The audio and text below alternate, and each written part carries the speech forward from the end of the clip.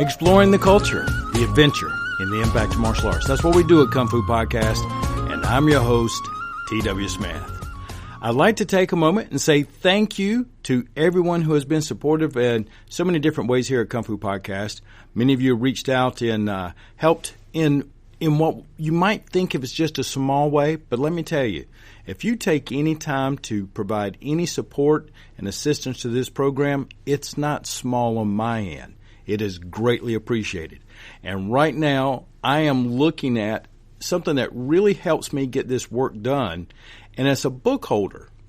And I know it doesn't sound like much, but one of the biggest dilemmas that I've had over these past few years in trying to work out whether I could hold a book, in fact, I've been asked to record some audiobooks, is actually holding it, keeping my hands free so I can do some other things during the process, like, for example, play the music or things like that in the background. So I wanted to take a moment and say thank you, because it's the type of things that you all do on your end in appreciation of the program that helps me do more of the work. Well, let me get my jacket off.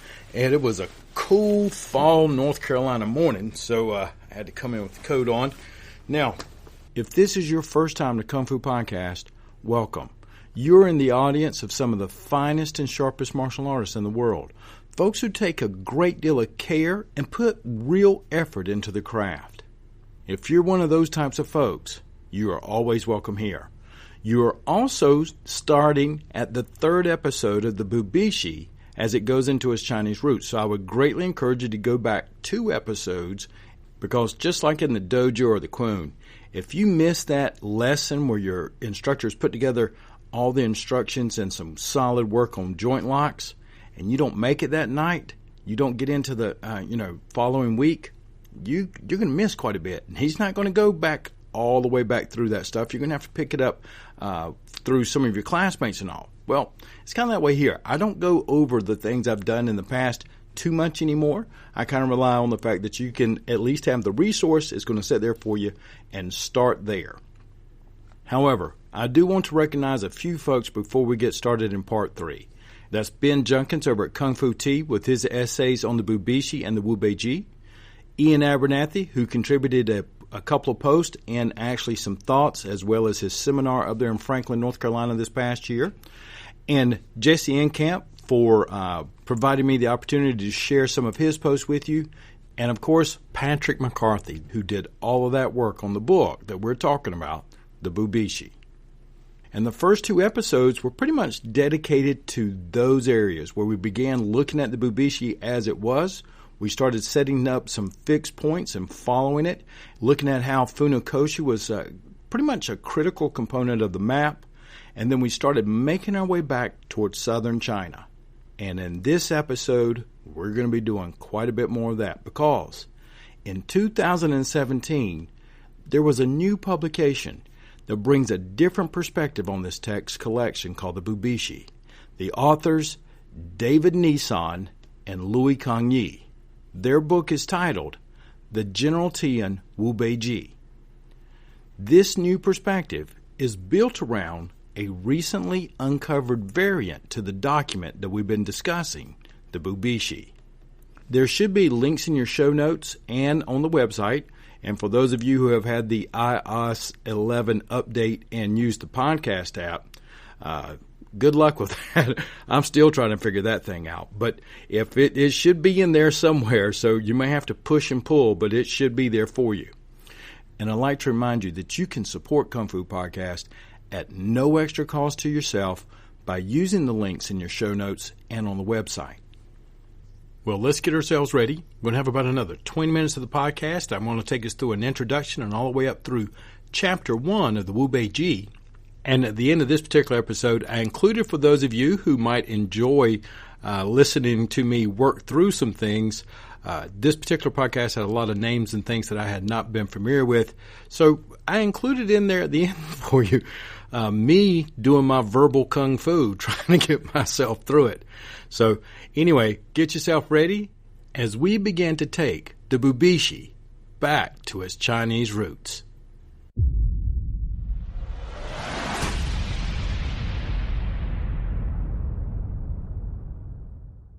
Ben writes in 2017 that Nissan and Louis, authors of the volume The General T and Bubishi, are going to discuss and lay out a convincing case that the Bubishi, aka the Bubishi, was probably compiled sometime in the second half of the 19th century and probably just after 1860. Now, if you wondered, how do they date a book like this, differentiating between, for example, 1915 and 1817? Well, I was doing some digging around, and author David Nissan was making some posts in some different forums, and one of the things that he wrote in a forum post was this Bubishi that's not just in black and white, it has colors in it, was compiled later than those Bubishi editions which have been published in the past. It was most likely compiled somewhere between 1860 and 1890. And I made a side note here that adds even more credibility to Andreas Quast's chapter, The Creator and Creation, that we discussed in part 2 of this series. But in order to give a precise date, more research was needed. David Nissan lists 7 reasons why they date the book in this time zone. The first is Louis Cagny has been collecting martial manuals for more than 20 years, and according to the quality of paper, he concludes that it is easily more than 100 years old.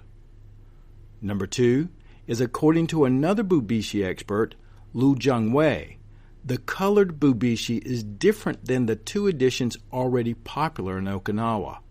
Thus, it is unlikely to be simply a copy of the other 2. Lu says that when it is compared to the other editions, this piece of work is found to be authentic and an independent edition. So this is not just a copy of another student's notes. This is an independent set of class notes by a whole different person.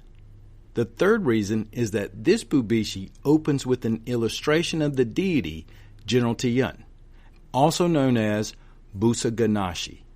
The authors of this Bubishi were most likely the Ryuku's most promising scholars, men who received Confucian education since birth, and Confucians were very critical of folk religious practices. Confucian education also entails learning to draw. These beautiful illustrations then are simply one expression of classical Chinese education. Opening their manual with an illustration of this deity was in fact a lineage statement and an expression of gratitude, respect, and filial piety toward the master who taught them. Reason number 4, after the fall of the Qing dynasty, and for various reasons, people started printing their martial manuals. Yet this Bubishi, in its colors, is handwritten, and aside from one article, it is never punctuated. This is how people wrote in traditional times. Later on, when people printed their manuals, punctuation was added.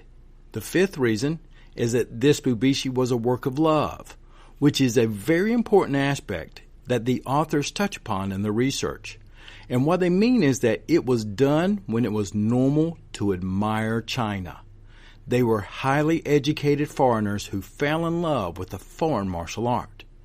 Now, as you know, not long after World War I, Japanese became more and more hostile towards China, so that openly admiring China was not popular anymore. It was even dangerous in certain circumstances, and if you don't remember that, I would highly suggest that you go back to the episode with Professor Samantha May where we look at the lost languages of Okinawa. So with all that, taking the time to recompile a very obvious Chinese manual in the 1930s, for example, would be highly unlikely. Reason number 6, this Bubishi includes the posture illustrations and herb illustrations of kind which appear in Taoist and medical works. This is another mark of a traditional times project. And reason number 7, the martial arts sections of the already published Bubishi suggest that it was not written before 1860, so that's kind of the date that we're looking at, around 1860. Since this new version is very similar to the black and white versions, then it is most probable that it was also written around 1860. Ben says, quote, "This volume tackles one of the most well-known puzzles in Southern Chinese martial arts. This work gives you an important new primary source on this textual compilation. It will offer an original conceptual framework to understand both the meaning and significance of this important text, and explains it all to you in a way that is refreshingly clear and accessible to anyone, regardless of their familiarity with the pre-existing literature on Chinese martial studies. There are many contributions to the discussion of the Southern Chinese hand combat systems in its pages. Both academic and practical students will find many new insights in it.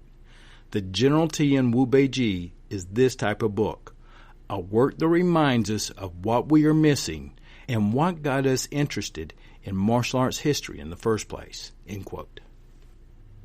The publisher of this work says that this manual bears a Chinese name. The Bubishi is read as Bubishi in Chinese. It's written in classical Chinese, contains Chinese knowledge, history of Chinese martial studies, description of Kung Fu forms, Chinese philosophy, Kung Fu ethics, and Chinese medicine, and was most likely compiled in China. For these reasons alone, it must have a place in the history of Chinese martial arts as well. So in this particular piece of work, we're going to set out to tell the Chinese side of the Bubishi story, which would bring us to fixed point number 11, that this is a new separate text. It also brings a new perspective on previous editions. It's been tested and verified for authenticity and dated by 7 separate variables by seasoned scholared researchers. The emphasis that this new text puts on Kung Fu culture and history makes the books an asset to both karateka and Kung Fu practitioners. We can all learn a lot about the origins of our arts and the mindsets of the creators. This entire effort was facilitated when the publisher, Lion Books, acquired a previously unpublished Bubishi manuscript from the estate of a Japanese-American karate student. The manuscript was unique in a number of ways. While badly damaged in places, this copy seems to represent an early textual variant. It is also unique in that it contains a very large number of beautifully painted, full-color images. Ben writes that while a few other hand-painted Chinese fight books are known to exist, for example, the Golden Saber Illustrated Manual of 1725, such works are extremely rare, and they present interesting questions about their ownership as well as the social function of these texts. It is also clear through the work that this newly discovered document is not a translation project. Rather, this beautiful edition is accompanied by a text that seeks to explore the place of the Bubishi in Chinese martial arts history. Well, after I dug around a little bit, I believe that this new text that is the center of this research was from the collection of the late Sensei Furuya. He was a 6th Dan in Hanbu Aikido and 6th Dan in Iaido. Furuya was also one of Adam Shu's best friends in the United States. The Los Angeles Times wrote this in his obituary: born Daniel Furuya on April 25, 1948, he studied under such notable instructors as Second Doshu Kishomaru Ueshiba, Mitsunari Kanai, Toromori Yoshinobu Takiguchi, and Tragoa Rinpoche. In over 40 years of teaching, he taught thousands of students and built the Aikido Center of Los Angeles, which now has a dozen branches throughout the world. In addition to being a great martial artist, Furuya Sensei was also a noted scholar. He received his degrees in Asian Studies from the University of Southern California and Harvard University. He regularly published articles on martial arts and wrote Kodo, Ancient Ways, one of the most comprehensive and well-read books on martial arts philosophy, which you can still get in paperback, and the links will be there at the website and as well as the Kung Fu Podcast Library. So we're going to take some looks at what you're going to find in each chapter of this new text, the Bubishi. In the author's description of the first chapter, it is titled Martial Manuals and Bronze Statue Notebooks. They're going to explain how the medical pursuits of martial artists led to the creation of a new medical tradition. Basically, they call it martial medicine, and a new literary genre, bronze statue notebooks. They're going to argue that the Bubishi is an exemplar of the bronze statue notebooks tradition, and as such contains substantial amount of martial medical knowledge. Now, Ben reviews the argument, and he says that the authors begin this first chapter by posing a fundamental, yet often neglected question. When looking at a tradition such as this, containing a wide range of both martial and medical materials, we must ask, what is this a case of? Or, where does this work fit in the typology of Chinese popular literature? While a respectable number of late imperial martial arts manuals still exist, most of them lack the unique structure and emphasis on medicine, specifically trauma medicine, that you see in the Bubishi.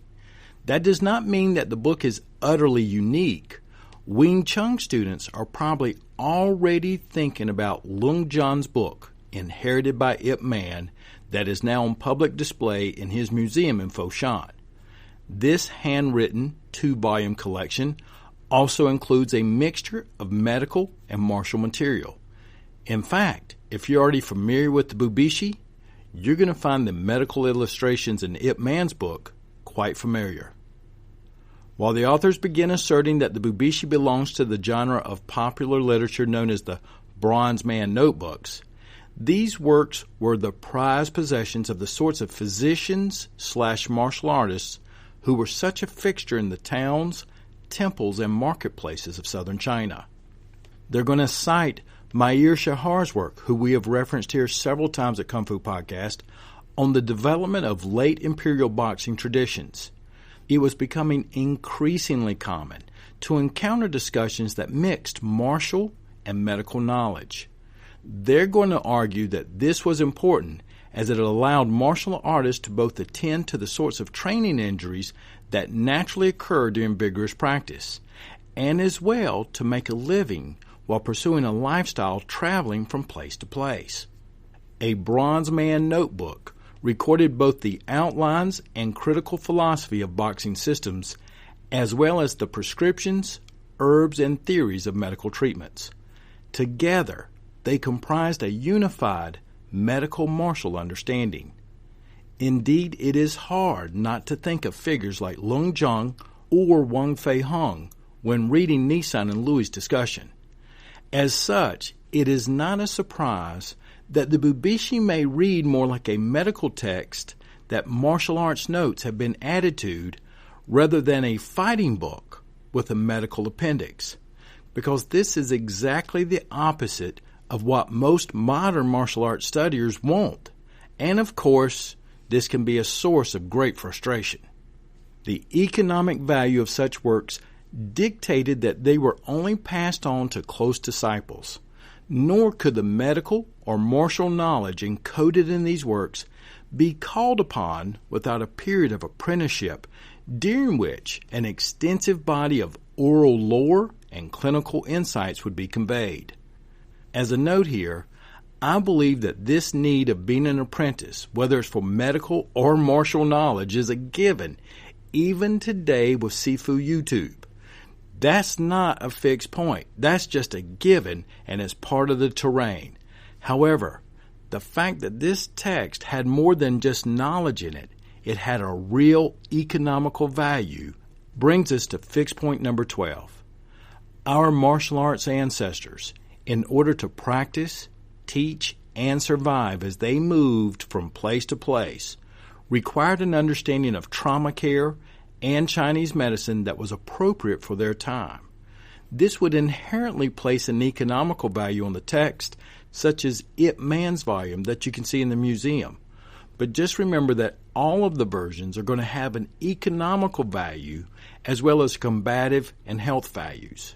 And that brings us to chapter number 2.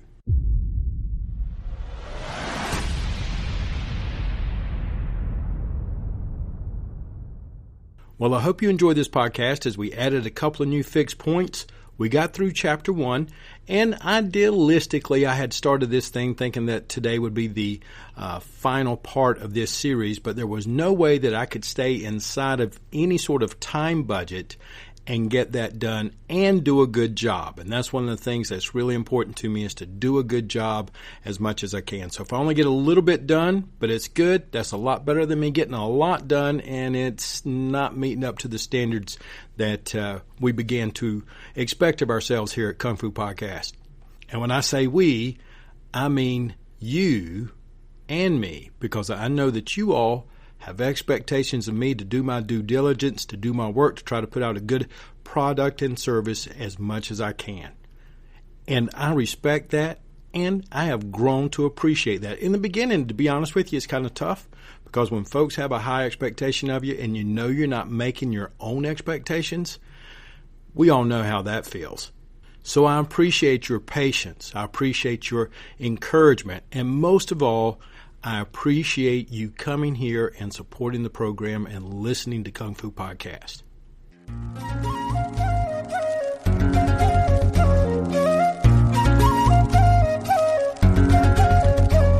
Exploring the culture, the adventure in the impact of martial arts. Thank you so much for joining me today in part 3 of where we're taking the Bubishi back to its Chinese roots.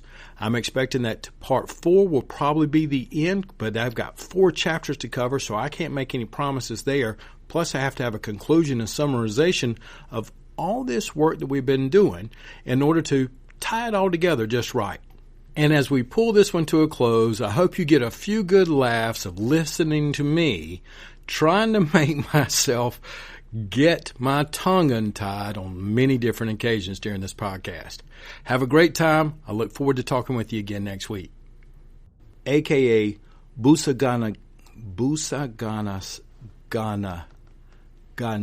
Ganashi. It was even dangerous in certain suckers. Was from the collection of the late Sensei Furua. Was from the collection of the late Sensei Furua.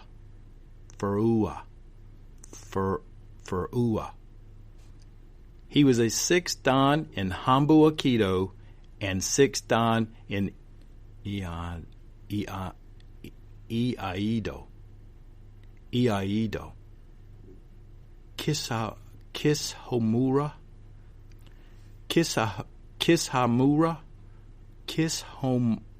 Homaru. Wow, that was tough.